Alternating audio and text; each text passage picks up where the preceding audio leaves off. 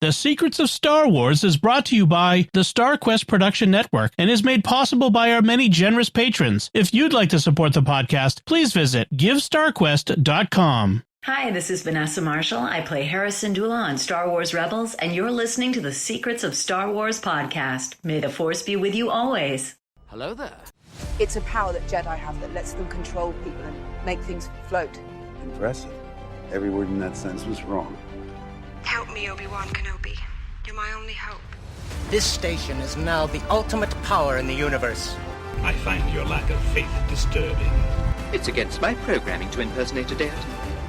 That's not how the Force works. Force is with me, and I am with the Force, and I fear nothing. Remember, the Force will be with you, always. You're listening to The Secrets of Star Wars, where we talk about everything connected to that galaxy far, far away. From movies to books, TV shows, and more, we're looking at the deeper themes and meanings found in the Star Wars universe. I'm your host, Jeff Haecker, and joining me today on the panel is Robert King. Hey, Robert. Hi, how's it going?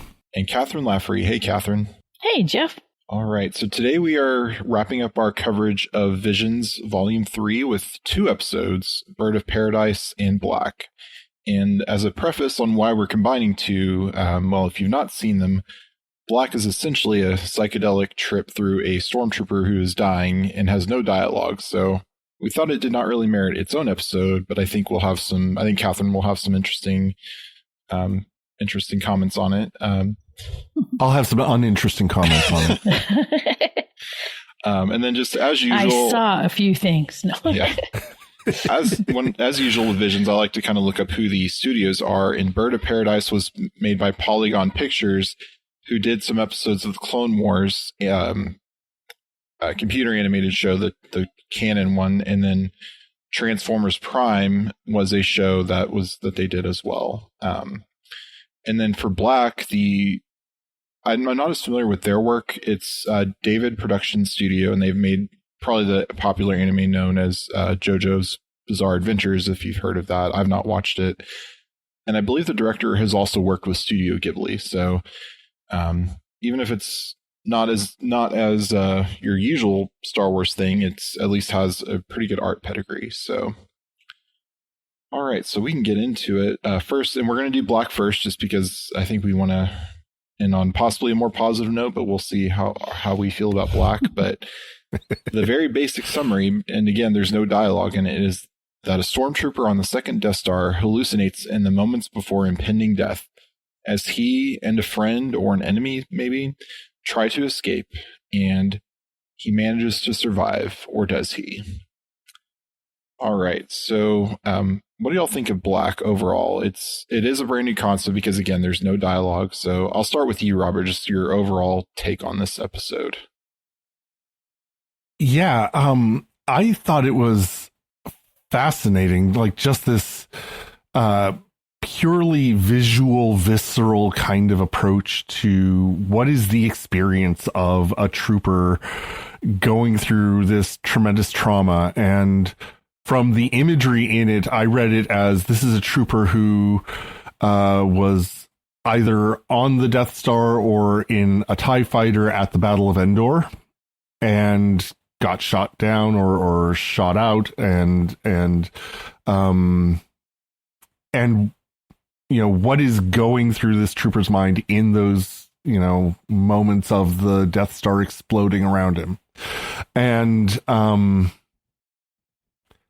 honestly, the biggest inspiration that came to my mind was the ending of 2001: A Space Odyssey, which, if you remember, is going through this Stargate where, you know, light and color start flashing by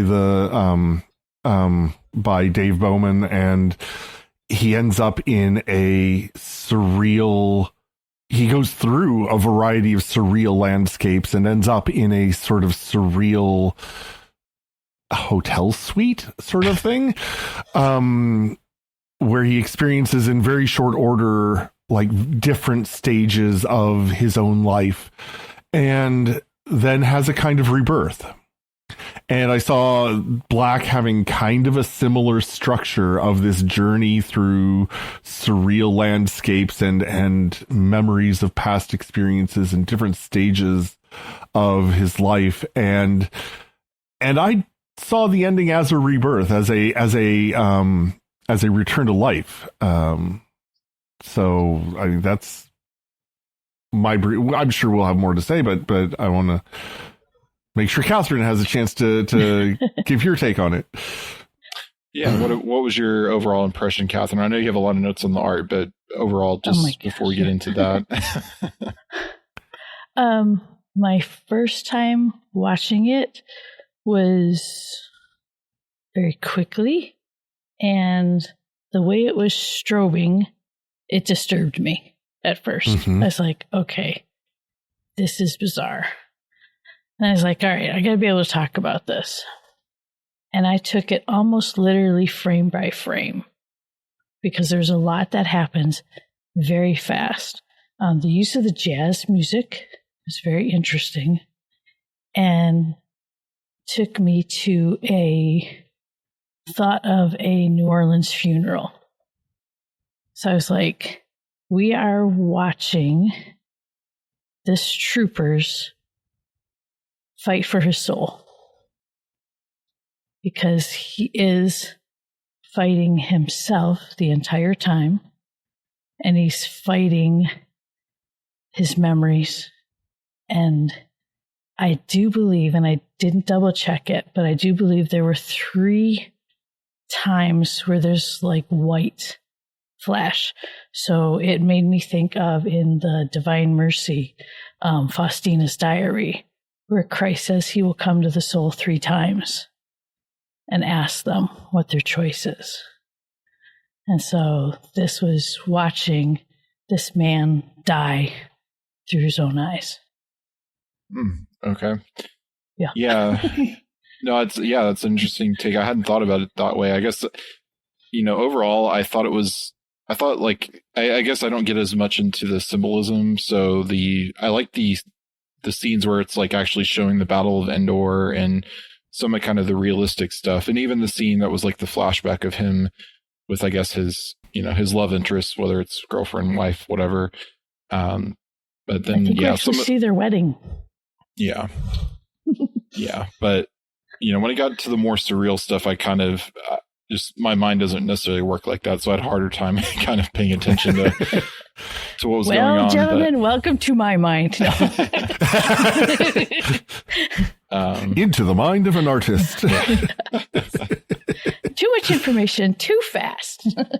But overall it was, for even if it wasn't my favorite of the visions, I have to give them credit for trying something different because it's just completely different than anything else I've seen in Star Wars, really. It's tremendously ambitious. Yeah. Oh, yeah. It is the least of the visions, if that makes sense. Yes. And somewhat more Star Wars-y. I could actually see this have been like a cartoon version of a novel that might be out there or something. So, yeah, it was, very dark, very heavy. The only thing that threw me out of it for a second was the opening sequence is definitely like the viewpoint of a TIE fighter pilot. And so he's diving in, he's going all the way into the second Death Star to the point of the explosion and not making it out. And I love that you don't really see his eye that gets reflected everywhere throughout this whole piece, the blue eye, until you see that his visor's halfway broken. And if you've ever had a pair of sunglasses of the right tone and glaze, if the sun hits it or light hits it just right, you see your own eye. Very freaky. And so I felt like he saw the reflection of his own eye in that goggle, and that just tripped off his whole death sequence of memories and what he's been through. I mean, the guy was probably a trooper on Hoth. He was everywhere. But the crazy thing was slowing it down enough to see that he was actually fighting himself and to see that the reflections of himself. And when he's fighting himself, he's the red character. The green character is his other self. And he sees himself as a knight. He sees himself as a Jedi. And so he sees himself as a good guy. He thinks he's doing the right thing. But then there's this other part of himself that's telling him no. To the point where there's times where his other self morphs into the hand of death and is chasing him down. And so it's like, okay, it's like his guilty conscience is saying, we know we were doing the wrong thing. We know we were on the wrong side. And so to the point where I actually froze the TV so I could take a picture of the stained glass window that's in there. And there's all this motif of medieval knights interlaced with Jedi stories. Mm-hmm. Right? And so you can see how he's really struggling with. He really sees himself as a medieval knight to the point you see him riding alongside himself on a horse that's all in armor, and then you got the whole land speeder thing, and just the whole time he's thinking he's the good guy. And it made his lifetime flashbacks all the more sad when I realized that. Because you watch the flashbacks take you see the beach dance sequence coming in, probably when he met her. And then you get the church bells. Church bells, usually weddings. Then you have this beautiful sequence funerals. Or funerals. But the timing of it made me think church bells for wedding. And then you have the waterfall for like this rush of power and new birth. And he's with his girl, and they have matching heart and wing tattoos, which are used to sometimes memorialize loss or departed friends, or just an eternal love and great freedom of the heart. So here you have the two of them with the matching tattoos, this eternal love. But the thing that really took me a while to think about was the dead fawn. We get a close up of the fawn or a doe. We know it's dead. It's covered in flies. And then there's a real quick sequence of you're actually the fly feeding on this dead fawn. So I have a funny feeling like there was an odd fallout with the two of them. And he became what preyed on the innocent. And he knows it, but he's trying to deny it. And so, there's a lot. And I seriously did 7 pages of notes just going frame by frame on this. It was just like, oh my goodness, wow, okay, But the waterfall, seeing that it's, an opportunity for rebirth. But then when you see him pseudo wake up from this, there's times when he's coming back into consciousness, but he's not quite out of it, and he's laying in a graveyard. And then the graveyard is the nave of a church. He gets up from this, still with the tombstones there, faces what should be the sanctuary of this church. And you see this big flash of light that does a cross shape beaming down on him. He's looking up, and it's like, okay, he could be looking to his salvation, and he goes back to the beach. So he knows nothing of life beyond the moment at the beach. And it's like, I think you feel like so many people like that live for what's the greatest pleasure of today out here in the world and miss that there's something more. Which then his fight picks up again. And it gets more and more violent and grasping, and you see the death hand several times, and it just keeps spiraling out of control. And then he gets to the point where there's a couple more flashes of light where it's like, okay, this play is happening, or it'll go completely black. So, it's like, okay, he's at another pivotal point. And then he finally realized he has to grasp his other self. He has to grasp the guilt. He has to take responsibility. And that's the moment where, boom, he's dead. That's just like, whoa. There you go. See, no, it's interesting you say that it was him fighting himself. See, I guess I took it more literally that it was him and either a friend or a fellow trooper or something. They were kind of both trying to, it almost at times seemed like they were working together and then fighting each other. So I was almost thinking, like, are they fighting to try to, they're trying to get to the last escape ship or something. And they're fighting each other, or, one is saying we've got to stay till the end because that's our duty. And he's trying, and the Death Star is blowing up. So I guess I took it as like that was him actually trying to escape, physically escape the Death Star. And he was having to deal with, the other trooper, alongside. And because there was, they're fighting him, but then I think I can't remember which one it was, but one pulled the other onto the horse in the vision, but then it looks like it was like a speeder bike, or like transitioned into a speeder bike kind of a thing. It got very liquidy at a certain point. Yeah. Yeah. But in slow motion, and when you freeze frame it, it's the exact same person. Oh, okay. Yeah, I think every little detail. Yeah. My first viewing of it, I thought they were different people too, but yeah, on a rewatch, they both have one arm, they both have the same beard, they both have the same like cracked helmet, one wild eye, and it's like, yeah, it's and even the red and green color scheming, I think supports the idea that this is one person fighting himself. And the description, the official description, is a psychedelic battle between past and present, light and dark, life and death. And so I saw it as picking up this trope, this theme, which actually we're also going to see in Bird of Paradise, of confronting yourself in an encounter with the dark side. That we see with Luke, we see with Rey. It's kind of this trope. We see it actually in a number of we see it with Yoda in Clone Wars. Yeah.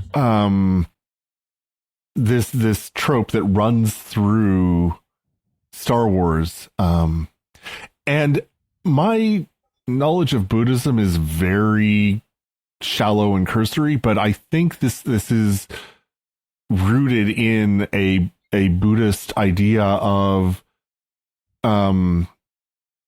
like that has come into Western thought in the idea of like facing your shadow side. Yeah.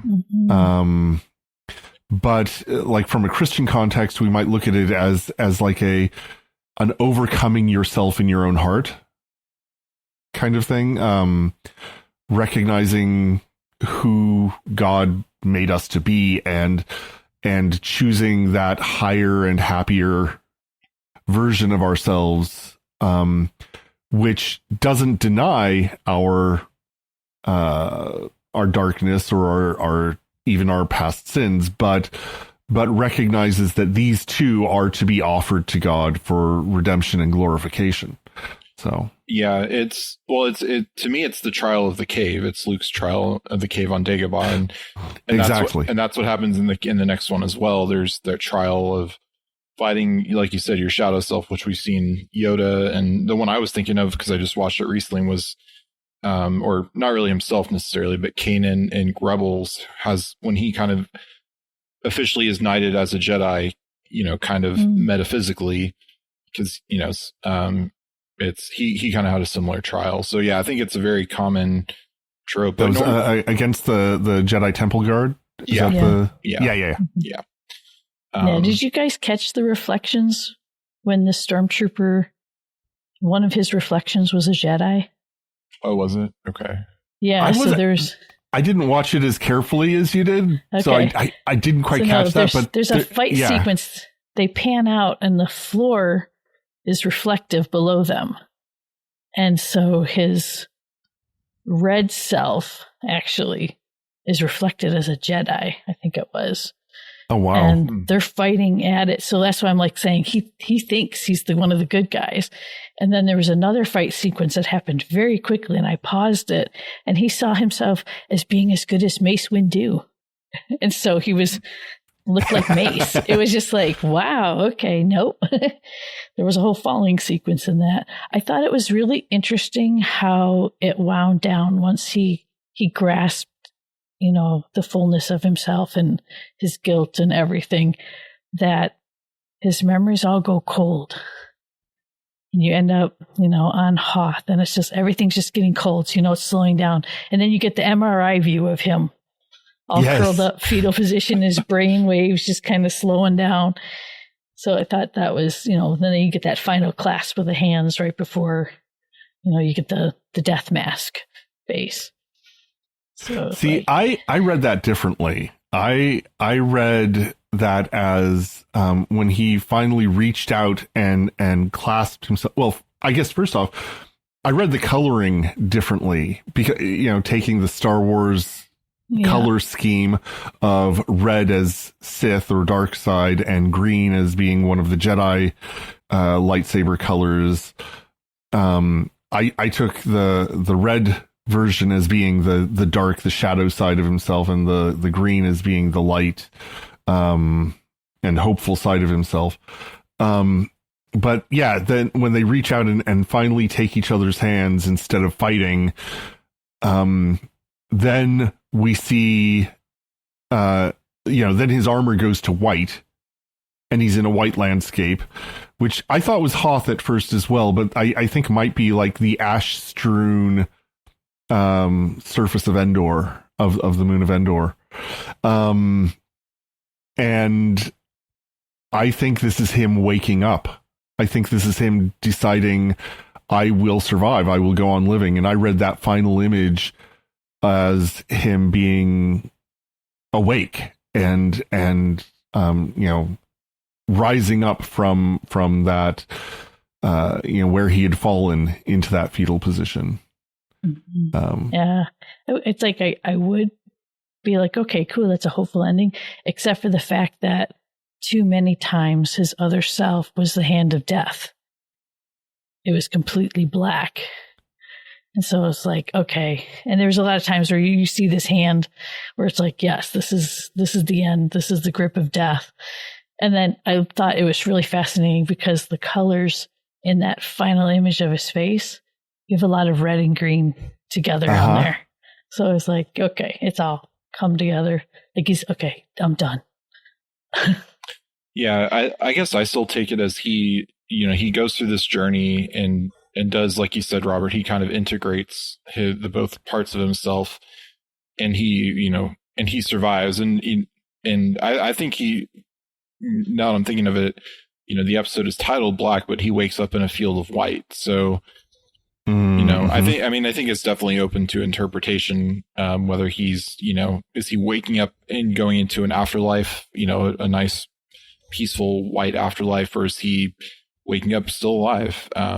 And, knowing that this is during Endor and the tail end of not the tail end of the Civil War, but the end of Return of the Jedi, like he's going to have to, if he survives, he's going to have to deal with a lot, including, how is he going to go on the run? Is he going to try to, surrender to the rebellion? What's going to happen? So artistically, that face at the end was colored dead. That's all I can say. I think there was nothing point, visually in that made me seem like he's alive. Nothing. I think part of the point of this kind of art, of this approach to storytelling, though, is exactly that it will give rise to different experiences and interpretations in different viewers. I think this is meant to have you think different things about it, maybe even the same person on different viewings. So, I mean, I don't think there is one correct interpretation of this. I think, which is the failure of modern art and why we will absolutely never, ever should ever use it in a church. That's for Secrets of Sacred Art, I disagree, folks, but that's watch. another conversation.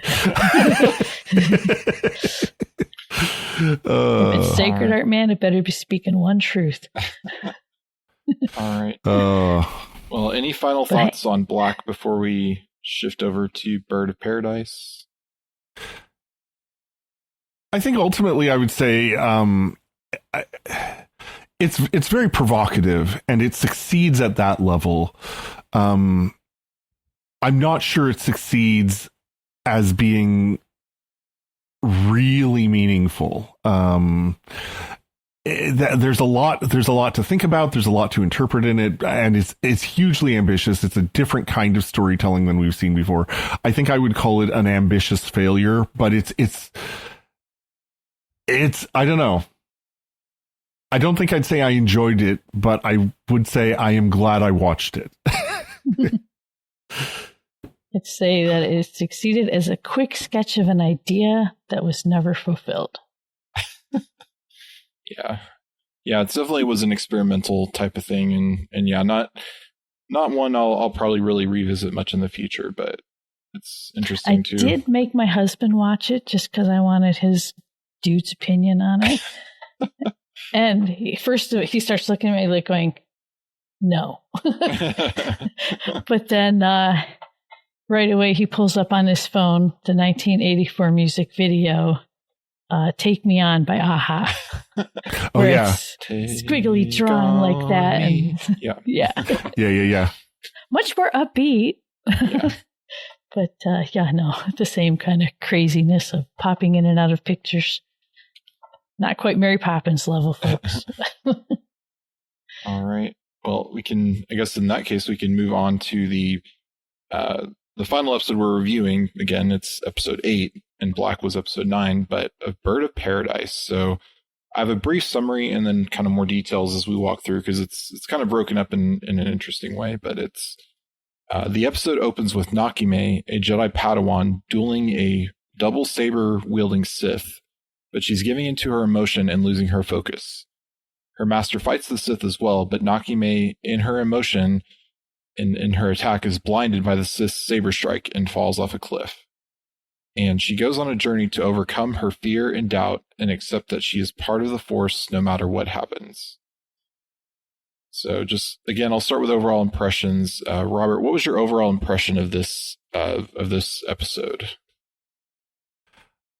It was maybe just on a visual level, the most stunning and beautiful of this, at least of this volume's episodes of Visions. The animation was just gorgeous. And it was, I don't know, it was a journey that we've seen many times before. I mean, we've talked about it already. This is the journey of an encounter with yourself, with your dark side, your shadow, your sin, and recognizing that this is not something to deny or reject, but to sort of embrace and integrate and ultimately offer up. But it was presented in a unique way through these, as you said, through these 5 days of a journey, each day having a different theme and a different challenge. And I thought it was lovely. It was a really beautiful presentation of a very Star Wars theme that we've seen before, but that kind of lands in a new way because of how it was presented. What about you, Kathryn? Yes, visually, the artwork in this was incredible. I loved how they took time to zoom in for small little details. I mean, just seeing her hair, along her hairline, to zoom in that much. I actually did not enjoy it that much with the sound on. I liked it better when I shut the sound off and just read the subtitles, because she is the worst of angsty teenagers That is a huge problem right now in our society. Worse than Luke Skywalker. Worse than Luke Skywalker. Go Much to Tosche worse than Luke Station to pick up some Skywalker. power converters. Oh, see, but that's like whimsical, nerdy. This is, I'm in the face of every authority I should be listening to because I know better. And then she gets that up-pitched tone like, no. I taught high school for a long time. Wasn't that bad. Taught middle school for a while. Saw it started creeping in. My poor daughter, who's a teacher, she's decided she only wants to teach at all boys schools because the girls were like this 24/7. And she's like, no, I'd rather not. It's very difficult working situation. And sadly, the result that this Padawan went through is probably about the only way to snap that attitude. It's bad. Very disrespectful and just causes trouble. Yeah, I did really like this episode. It's not my favorite of this volume. I think I'd have to think back on them, but it was definitely at least one of the ones that I think I enjoyed more and would revisit in the future. And yeah, I guess the character Nakime I didn't see it that way or take it that way. I guess I was more of, because we don't know the time period of this. It could be any time in the Old Republic, through the Clone Wars. We don't really know. And at first I didn't catch that the dark side user was a Sith. I thought but she does say the Sith later in the episode, so it is a Sith. But at that time in the Old Republic, Jedi would pretty much be raised in the temple until they're kind of chosen as a Padawan. So they kind of have a safe life and don't really have much adversity until they are taken on as a Padawan and go out with their master and encounter the world. So I guess I didn't really see it as her attitude so much as her like getting hit with an experience that she's never had before. And having to go through a trial to fall back on the teachings that she's, that are her foundation. Because, so I guess I took it as that she's, she has to relearn who she is and fight that shadow self, like we were talking about. Go have her cave trial, and until she does kind of overcome that. So, but the one thing I wanted to just note from the creator, whose name is Tadahiro Yoshihira, he said the main theme of the visual the visual expression in the short was to visualize the Force as an image. In addition, I want the image to be not only a visual expression of beauty, but to be a stage device that would strengthen the storytelling and clearly convey the heroine's emotion.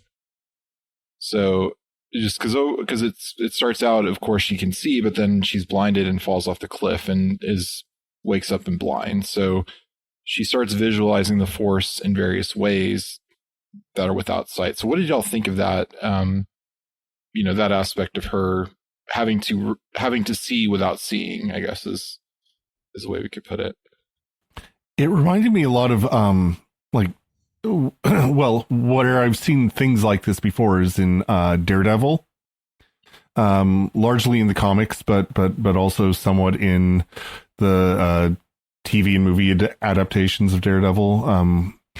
And I really liked that idea of trying to show what is beyond the visible by showing what a blind person sees.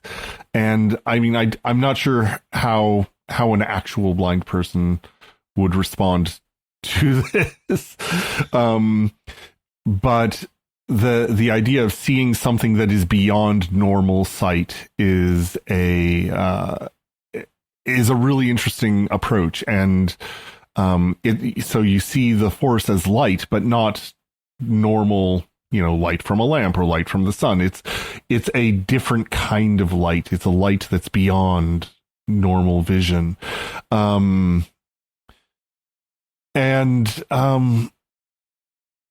I just thought, that idea of trying to visualize the Force and how it makes it difficult for her to connect with the physical world around her, but gives her different kinds of sight, and it gives her something to follow, even though she doesn't know where she's going. Yeah, the use of the Force visual was really nice. And I think, Robert, you'd mentioned earlier, it was a lot like the Clone Wars episode with Yoda when he went to the Force origins. Yes. And then it also reminded me of, in the book, The Courtship of Princess Leia, when Luke has to bail out of his ship higher than he's ever had to jump from in his life. And he's falling, basically without a parachute, lands very hard, but ends up, while he's laying there, reaching out to the Force and is able to see the movement of the Force from everything around him. The plants, the rocks, the trees coming to him to heal him. So it kind of had that same sort of like what I saw in my head reading the book is like how I visioned it as she was trying to see with the Force. I loved how she would like touch something and it was like this was cold, and you had the colors to make you feel something cold. Loved when she went into the river, when she fell into the water, because it was like, oh, water, and then she's like, wah, wah, trying to get across. So that was just neat, that whole transition that she had to deal with. How am I going to see? Trying to recognize that what she thought was a person was a statue, and then very Catholic, offering up prayers before a statue. Yeah, and I mentioned this is broken up into 5 days, quote unquote, and the first day is the Day of Insolence, and it has the subtitle Darkness Then Light. So that's the first day she wakes up, and she, after falling, she's blind and afraid, worries the Sith is coming back for her, and she's trying to find her lightsaber. And at first she finds it. She even tries to use the Force to call it to her, but it's like she gives up in the middle of it because she's frustrated and angry. She tries instead of does, as Yoda might say. And she does find it, and to me it looked like the Kyber crystal was broken, so it wouldn't turn on. And then she, is despairing, but then kind of thinks she finds a person by touch, but it's the statue, like you said. And then I think it's this part, she sees a vision of green lights kind of floating away, and follows them. So, at that point, she is despairing and afraid, but she's kind of starting to, they only have so much time, so things have to go quickly, but she's starting to let herself see and let herself be guided by the Force a little bit. Well, and I like the idea that she thinks the statue is a person at first and think, oh no, it's a statue. Or is it? Is it a person? Because that same statue comes back at the end and has a, seems to be, in a sense, her guide through the experience. And I don't know, you had some notes, Jeff, on like the Japanese folklore background of this. Do you know if that statue is a particular Japanese representation of a spirit or a god or something like that? Or so I don't know. To me, it just kind of looked like a generic Japanese mythological figure, like maybe like a Buddha like, or like spiritual guide type figure. I don't think I really looked into if the statue was supposed to be anybody, or I kind of took it as it's just kind of a old, because it was an old statue and there's no people around, so it's probably like this was part of an ancient, it had moss growing all over it. Yeah, it was an ancient civilization that's maybe gone. So I didn't have anything specific on that. Almost had vibes of an ancient Jedi temple. Maybe. Yeah. Yeah. Maybe. And when you said that like her Kyber crystal looked broken, it did. It really did. And it the way she was just like, oh, this thing is useless, and just threw it away. Because I remember in it was in Clone Wars when Ahsoka took a bunch of younglings to go find their kyber crystal. They could hear them. So again, it's like, okay, so it must be broken if she can't hear it anymore. It should at least sing to her. Yeah, because the crystals, at least in the Disney canon, kyber crystals are alive in a way and vibrate with the Force, and when they find, when a Jedi youngling goes to find their crystal, it has to call to them in some way. And we saw the same thing with Ezra too in Rebels. So, but yeah, it seemed like because at first I thought that's what she was like gonna maybe eventually like use. I was gonna play into it somehow, but it looked like her crystal was actually broken. So I don't know if that was intentional. Again, these are kind of quasi-canonical and or could be completely non-canon. But yeah, then we go into day 2, which is titled The Day of Desire, and the subtitle is Sky and Water, a border between land and sky. So this is when she's kind of walking along in the forest, and she starts to feel rain falling, but then it lets her actually see.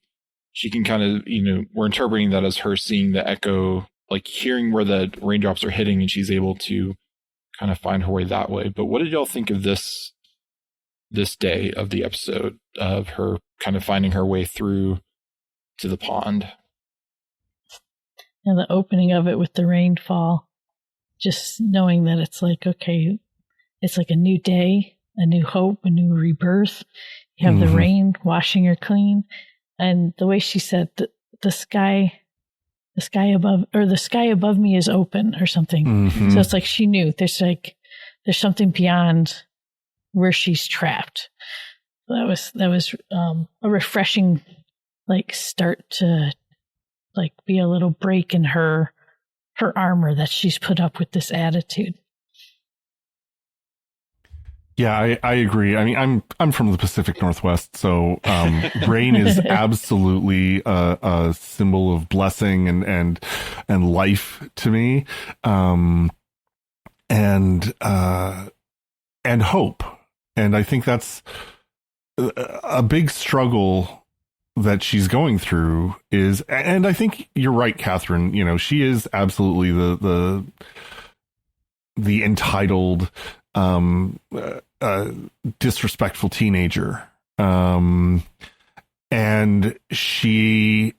what that is coming from is trying to figure out what her place is in the universe. And it's like, well, if I'm not the center of the universe, then I must be the dregs of the universe. It's like all or nothing kind of vision of herself, and it's exactly her ego that is getting in the way. It's her attachment to this vision of being a great Jedi. And here's the simple experience of rain falling on her head and on her hands and on the forest around her. And, it's not the center of the universe, but it's still good. It's, it's not overcoming the Empire or the Sith, but it's still good. And it's the good that is here and now. And I think that is sort of the beginning of purifying her desire and giving her hope for finding, okay, where am I? What water drop am I falling on the ground and bringing life where I fall? Yeah. Yeah. And when she makes it to the pond, she drinks some of the water, but gags on it. I don't know if it's just because it's supposed to taste horrible or if there's any deeper layer there, but I'm guessing a still pond is really not something you should drink from. Yeah, probably not. Learn that in the Scouts. Yeah, but then she has a vision. She sees this vision of kind of swirling colors, and she thinks it might be her droid because they had an astromech droid with them, her and her master, and she calls out to her master. And then she does hear his voice telling her to trust in the Force. So she is kind of starting to, I think with this part of it. She's, starting to surrender somewhat to the Force and to her place in it. But, she's not there yet because the vision fades, and then she starts, fearing it was not real. Like, even though a second ago she was like sure it was real and everything. So, and then we go to day 3, which is titled Indignation, Plants Bloom Upon the Land. So in this one, she starts to this is kind of where she really starts to kind of go into the cave somewhat, as it were, because she's wandering through the forest and she touches a tree and starts to kind of commune with it and see its life through the forest. So again, she's learning new ways to interpret, she's learning new ways to see without seeing. But she's still, searching for her master, and she thinks she hears sabers igniting and is worried about, is the Sith finding her? She's wondering why she has not been found yet. But what did y'all think of this day of the episode? It was just nice to see. Like, I love how they broke this up to like the gradual transition, which is really nice. But just the visuals in the forest are incredible. Both when she's seeing through the Force and when we're actually getting to see where she actually is. The artwork is amazing. It reminds me of the old matte paintings from the good hand-drawn Disney era.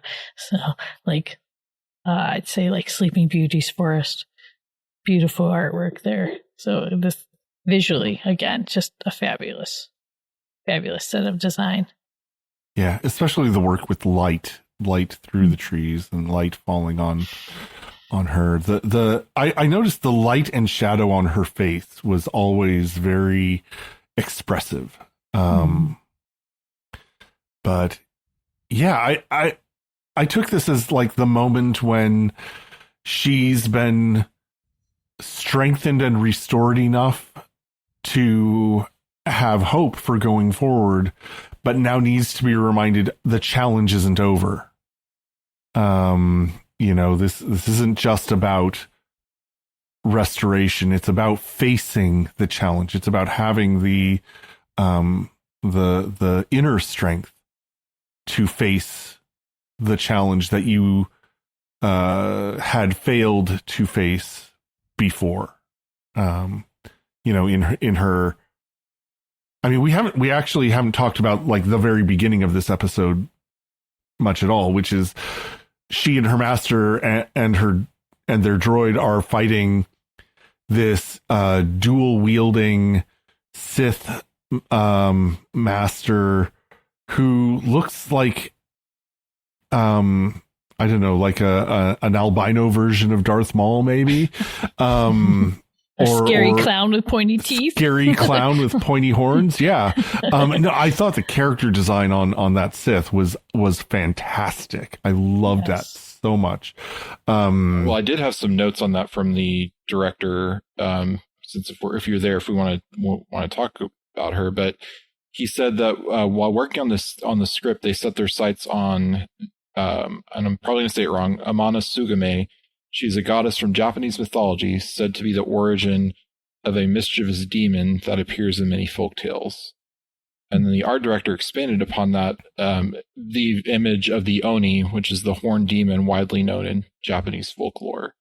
Mm-hmm. So they definitely were going for like mischievous demon, almost like a Joker type of character with that Sith. It really came across well, at least to me. And I thought it was interesting. Well, and her master kept warning her off from fighting the Sith alone. And she kept insisting that, no, I am the one who's going to take down this Sith. I've taken down more powerful enemies before. I will take her down. And that sort of insistence on her own need to dominate, her emotional need to dominate the situation became her downfall. As again, this is a very common theme in Star Wars. You know, we see, you know, don't try it, Anakin. I have the high ground. And here's a sign that, you know, it's not the physical terrain that Obi-Wan was talking about. You know, it's I have the moral high ground. I have the, you know, I am the one who is grounded in myself and in the Force and in my principles. I mean, this is a really generous interpretation of that scene, but hey, that makes great headcanon. Thank you. Yeah. And she is not grounded in herself and in the Force and in her principles. She's flying through the air, and the demon figure, the Sith, is very easily able to just sort of swipe across her face and blind her and send her tumbling down the cliff. And look at the ease of temptation that the demon Sith has on her, and plays off of the fact that she's so emotionally independent and so focused on herself. And it's, we are so like that when we sin. It's like the temptations can come even more to be like, oh yeah, really? Let's see how far I can push you. Yeah. So, yeah. And she's still caught up with that. So back to the day in the forest, day 3, you know, she hears the lightsabers, and the first thing she says is, "Oh, it's the Jedi," and she goes running toward them. She doesn't consider, you know, she thinks, "Oh, this is everything is going right for me again. I am going to escape. I'm going to be set free," and yeah, she doesn't consider the danger. She doesn't consider where those feelings within her are actually coming from, what's actually going on. And again, you know, the water was beginning to purify her desires, but you know, the purification of our desire is an ongoing process, and that it's continually directing our desires toward the highest good, not just the immediate good, but where is our true happiness? Where is our true good in, you know, both in this moment and for eternity? Yeah, because at this point in the third day, after she runs through the forest and then despairs because she wonders, why haven't they found me? And then she sees another vision, which is this time of darkness consuming her. And then she, like we said, it's the cave trial, but she wakes up in a cave, but she thinks she finds her master dead. There's fire all around her, but she turns the body and it's her. So and she fears that she has actually died and is in limbo, or, you know, kind of lost and not able to move on from life to whatever comes next. And I think I wrote down the quote of, she says, "Have I been dead, stumbling through the world as a lost soul this whole time?" Mm-hmm. You know, which for us as Catholics has, you know, we have that struggle of, like, you know, sometimes of this world doesn't always seem like it's the place we want to be, and we, you know, is there something more and you know, we have to run our race and go through our own trials to, you know, hopefully be there with God at the end. So, but then, unless you'll have anything else on that day, we move on to day 4, which is the day of idleness, sun and moon, the birth of night. So in this one, she wakes up hungry, but she sees a vision of the moon turning to feathers and falling on her, kind of giving her peace. And this is when she kind of goes back to remember her. We don't get a lot of details, but she kind of remembers her past. But what did y'all think of this day of the episode? Incredible artistic display of showing the soft light of the moon coming through on the rocks. Wow. Just kudos to the artist all around. That was incredible work, absolutely stunning. And I'm like looking at the images right now, just going, yes, this is real. This is good. So yeah, I love that. And then watching the moon go to feathers, that was really neat. It was like, that soft uplift of hope. There's got to be something out there. And then she ends up with wings too. So again, it's that there's something higher. There's something more. I loved how it's like, yeah, she went from water through fire. And now it's like, okay, it's just each time another purification. Yeah, I completely agree. Again, every day is a stage of like integrating that hope with, that hope as a recognition of the good that can be found by facing what is difficult, by setting aside my immediate desire and refocusing on what is true. And she needs, because she is so deeply focused on herself and her own needs, her hunger in this case. She needs that constant boost of support and help. I mean, this, again, Kathryn, boy, this is why teenagers are so hard to deal with, because great for teachers, people. Oh gosh, and parents. And parents, yes. Yeah. And it's because the stage of life they're at, it is so easy to swing from, I can do anything to I can't do anything. and to maintain that thread of hope. Like, this is hard and I failed at this, but I can keep going. Mm-hmm. And was it this day that she just keeps saying, I can keep going. I can keep going. I can keep going. Yeah, I think so. Cause she wakes up hungry because she's, she hasn't eaten anything. And if we are going by its actual 4 days, like if you haven't eaten anything for 4 days, you're going to be hungry. And she's, a little bit. And she, she has the concern of, well, I feel like it's just going to put off the inevitable and keep me alive longer. Like, I just want to die. But she does eventually kind of start to have hope of, she says, let me cling to a shred of hope, even if it's just for tonight. Yes. But then she hears after kind of her flashback of thinking, how bright she thought her future was, which to me, I was thinking, like, is this her being chosen as a Padawan and getting to kind of start off on leave the temple and go off on the adventures of a Jedi life. But she hears footsteps and it's the Sith that she is seeing, and it gets kind of trapped in a web. And this is kind of where and it's interesting that they put this part here of the Sith, because this is kind of the last part we see of the Sith.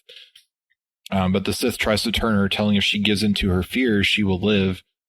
But then she does remember her master's teaching her to be selfless. So, but I don't know if it was intentional, but they did pull some, or I thought I thought of the Sith code, which I can't remember what source it originally came from. It might have been one of the video games, but the Sith code is: through passion I gain strength, through strength I gain power, through power I gain victory, through victory my chains are broken, and the Force shall free me. So very coded as what I can do with power, not what can be done, not what will the Force do with me, but what will I do with the Force. But she does ultimately choose not to give in to that here. So I thought that was kind of an interesting that this confrontation with the Sith occurs here, and not because the next day is it's the confrontation with her kind of shadow self. Yeah. I mean, I think she's finally strong enough to recognize the temptation of the dark side as such. And that's an important stage in growth is recognizing what's going on. Recognizing, oh yeah, this is coming from darkness. This desire, whether it's for survival or for death, it's misdirected and it's, it's ultimately a desire for me to have control over everything. And yeah, this is kind of the mystery of human life, that we have free will given in the image and likeness of God. I mean, we have literally godlike freedom, and also just these tremendous limits of the body and the world around us, and the fallen nature of the world and the imperfection of everything, and it's just deeply frustrating.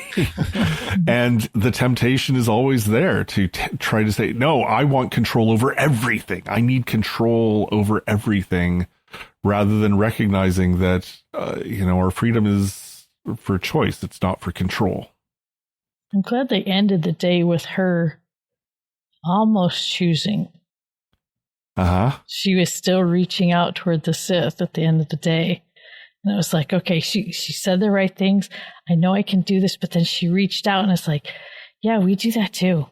We'll say the right things. We know the prayers we should say. We know how we should live, but sometimes we still reach out for that temptation. And I like that they added that, especially in this part where we're actually seeing the Sith's face as opposed to what happens next. Mm-hmm.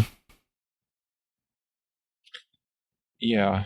So then we get to the next day, and she's, which is day 5, A Prayer for Life, and the subtitle, Life Crawls About the Waters.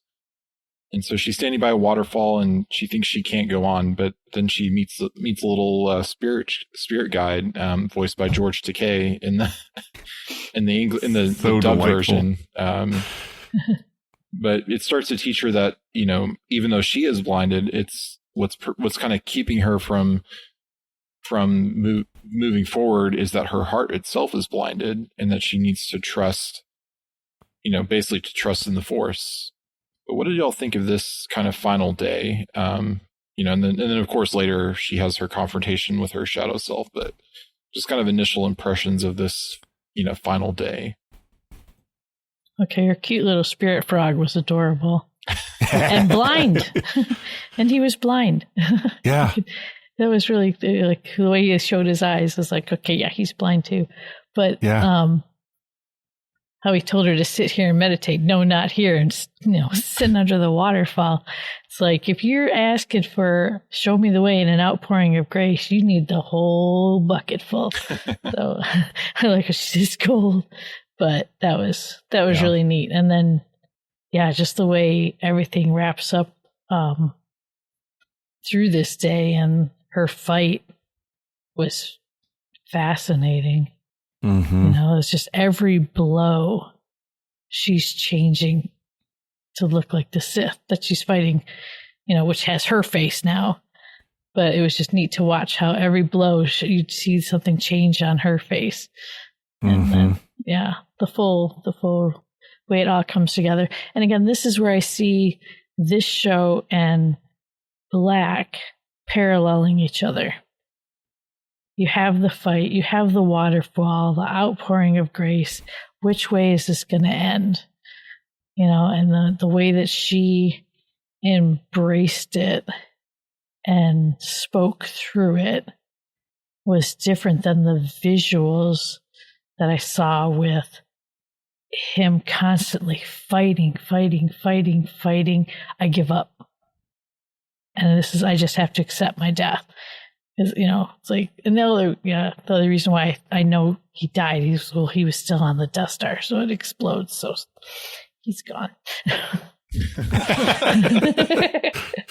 But back to this. Again, incredible visuals with all the little details of the I don't know if they're actual, lettering or just design that end up all over her as she's fighting. Well, it's reminiscent very of her K-pop demon hunter kind of designs. Yeah. Well, her master too, he was bald, but he had like writing on his head, so it was almost. I think it was reminiscent of that. And I'm sure I'd have to watch it again to see if it looked like the Orabesh characters, and if it is, I'm sure somebody's translated it online. But yeah. Yeah, this one was interesting because she has her little spiritual lesson with the lizard or newt or salamander, whatever it is, but he's kind of giving her like seeming like stuff right out of the Jedi handbook of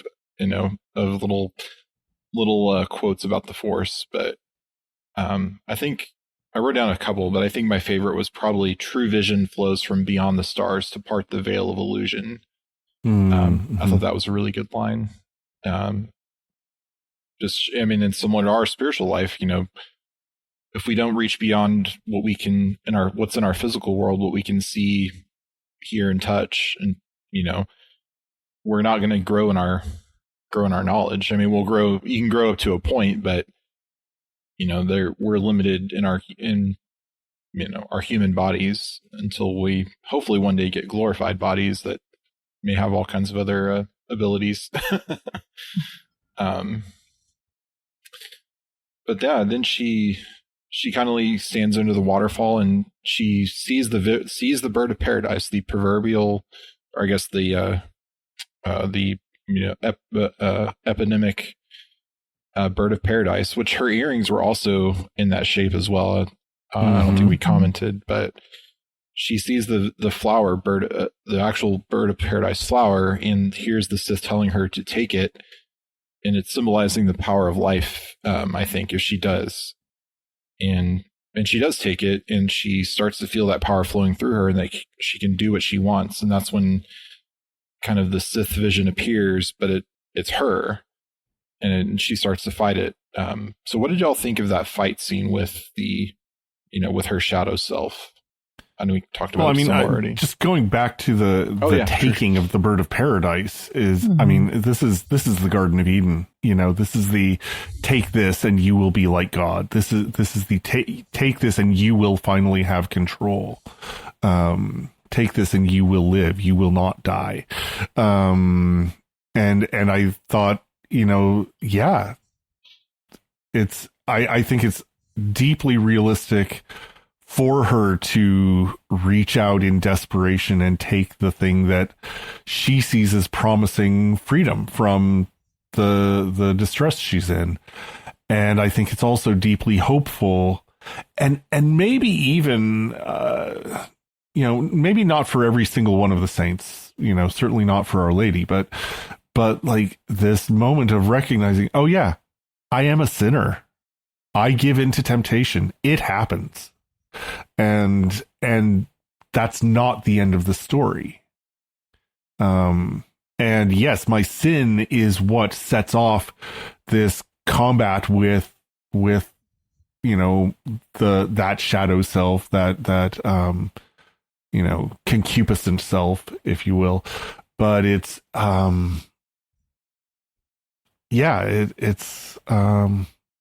it's also part of us. It's part of who we are. She seems and that is also part of who God loves and who God calls to communion with himself, is not just my perfect virtuous self. It's also my sin and my faults. These are also things that I offer to God. Mm-hmm. And you can see visually, like the bird of paradise earrings, her headdress with its plume on the top. That's her pride, is that she is the bird of paradise. And so that you can see that grasping for it. It is me. I am grasping for who I am. Yeah. Yeah, because it's interesting you say that, because she is dressed more kind of, not like a simple Jedi, not in just Jedi robes, but she's got her earrings and her, her hair is braided up, and she wearing makeup, so many Padawan braids. She's the super Padawan. Yes. She's gonna lose all her hair when she gets them cut off and passes the trial. Mm-hmm. Yeah, no, I thought, I mean, it was just like the fight. I mean, again, this is the cave trial where she's, Luke fighting Vader, but learning it's himself. But, similar to like I was saying, what we were talking about earlier, like with Kanan, instead of trying to deal the blow, she recognizes that if she does, she gives into her anger and becomes the thing she's fearing. So she, rather than accepting what she fears as part of herself and integrating it and being able to, accept her whole self, and move on. So, but it was fascinating when she was stabbed through by her evil self. Mm-hmm. And she just lets it happen, and you didn't deflect it. But when she reaches forward to grab her hands, I was expecting her to shut the lightsaber off. And instead, she left that power with her evil self and just was slowly pulling it out to the point where eventually that person has to pull it out or keep slicing. And so I thought that was fascinating. She was handing over power in a sense and letting go of it herself. So that was an interesting move. Yeah. Because power is not what makes you yourself. It's not what makes you happy. Yeah. Yeah. Mm-hmm. Yeah. And she recognizes that if she dies, she will become one with the Force. So it doesn't matter if she dies. Like she'll still be like that. She'll still reach the pinnacle of her, of her life. And that's when she wakes up by the waterfall and she's alive and feels the sun and life around her and acknowledges she will be one with the Force. So I thought it was interesting that it ended not with her finding her master or finding the Sith and fighting, that it just kind of ended after she had this journey. So, yeah,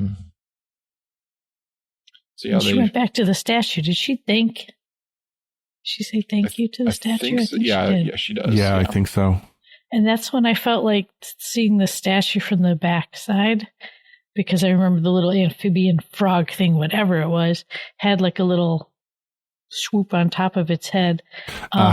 It made me feel like that little spirit critter was from the statue. Yeah, that's like, yeah, that's kind of what I thought as well. That it was like it's that whatever that spiritual guide person is manifesting to her as this lizard. So,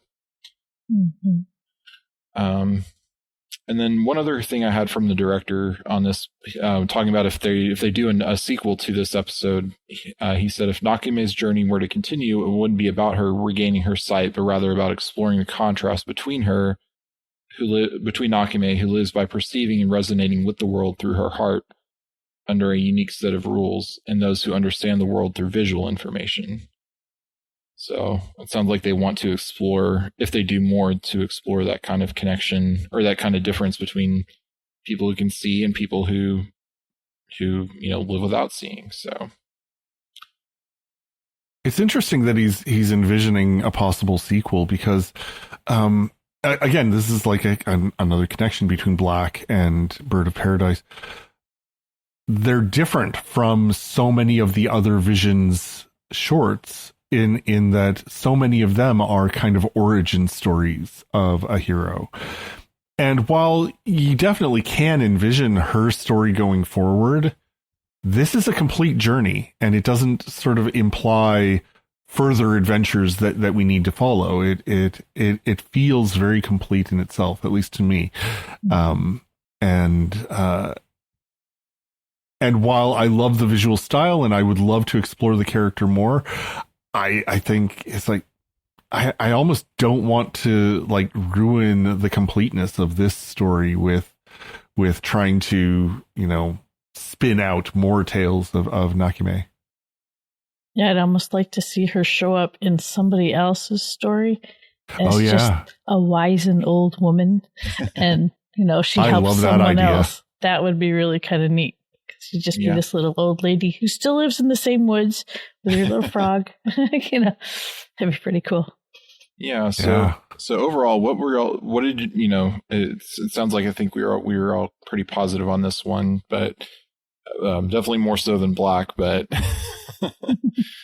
This one I think I definitely want to rewatch again in the future and just kind of see if there's any other little details and things I can pick out. But yeah, I mean, if they continued it, I would definitely watch it. But I think it also, like you said, Robert, it's a very complete journey, and if they don't continue it, then we can imagine her going and living on this planet, trusting in the Force, and and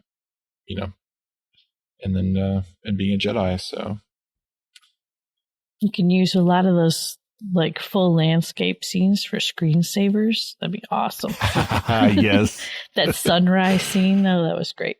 So gorgeous. Yeah. So any final thoughts on Bird of Paradise from either of you before we kind of I figure we take a minute just to discuss our feelings on this volume of Visions overall, but anything specific on Bird of Paradise? I mean, the sort of critic in me wants to know that, it's not entirely positive or successful. We talked about the foul water, and I think that was a symbol that was supposed to resonate more than it actually did with me, at least. And, so some of the lessons of the story were very clear and even explicitly stated in dialogue, and others of the symbols were like so vague and I wasn't sure if they quite landed. But I also have to admit I am maybe not the primary audience for this story, and so maybe there's context that I'm missing, and the reason that these symbols aren't landing with me is not because they're bad symbols. It could be because I just don't know enough. I don't have the right experience or the background. I think the still water was her tasting her own bitter selfishness. There you go. I like that interpretation. Yeah. I like that. That works. Yeah, because it's different than when she's under the waterfall and she's probably getting some of that water in her. So anytime you take a shower, you're probably drinking a little water there. It's hard to do if you've ever been to a country like that doesn't have clean water necessarily and you're taking a shower. You got to be careful of that. Yeah. Uh-huh. All right. So Jazz, so as we kind of wrapped up Bird of Paradise, just overall, how did you feel about this volume of Visions? How did it compare to previous volumes? And do you want to see another volume? I will say on my first watch, I was not as impressed with this volume of Visions as I was with the previous two. I felt like it was retreading a lot of ground that had already been covered, that there wasn't as much originality or creativity.